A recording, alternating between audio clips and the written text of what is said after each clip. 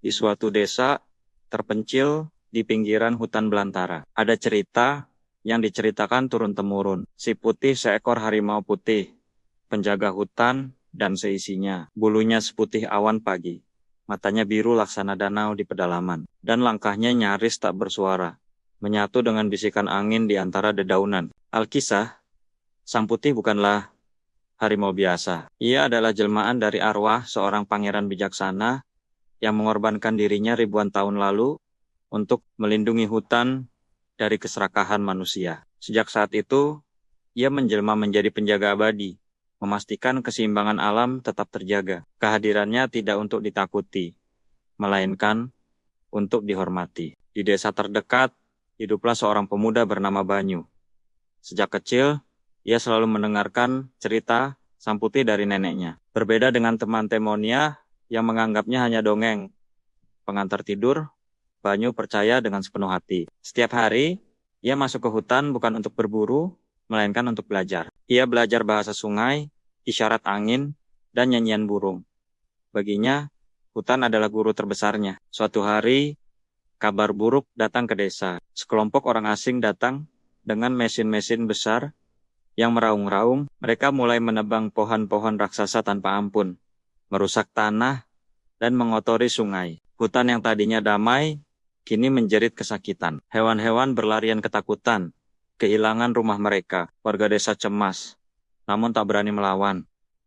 Banyu tidak bisa tinggal diam. Ia tahu, jika hutan mati, desanya juga akan mati. Dengan bekal keberanian dan pengetahuan tentang hutan, ia memberanikan diri masuk lebih dalam, berharap bisa menemukan Sang Putih. Ia mengikuti jejak-jejak aneh yang belum pernah ia lihat sebelumnya.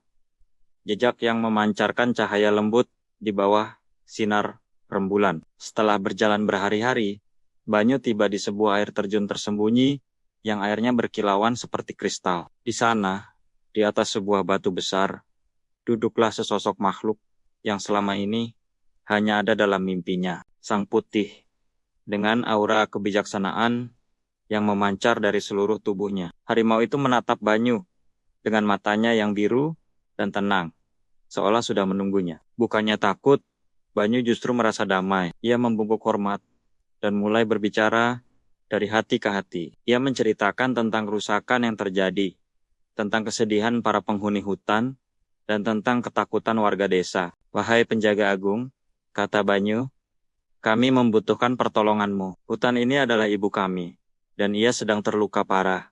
Sang Putih tidak menjawab dengan kata-kata, tetapi Banyu bisa merasakan gelombang pemahaman mengalir darinya. Harimau itu kemudian bangkit dan berjalan perlahan, memberi isyarat agar Banyu mengikutinya. Mereka melakukan perjalanan melintasi hutan yang terluka. Di setiap tempat yang mereka lewati, keajaiban terjadi. Ketika Sang Putih mengaum, aumannya tidak terdengar menakutkan, melainkan seperti guntur yang membawa harapan. Aumannya mengguncang tanah, membuat mesin-mesin para perusak itu mogok secara misterius. Ketika ia mengibaskan ekornya di dekat sungai yang tercemar, airnya perlahan menjadi jernih kembali. Dimanapun kakinya melangkah, tunas-tunas baru seolah terpacu untuk tumbuh dari tanah yang rusak.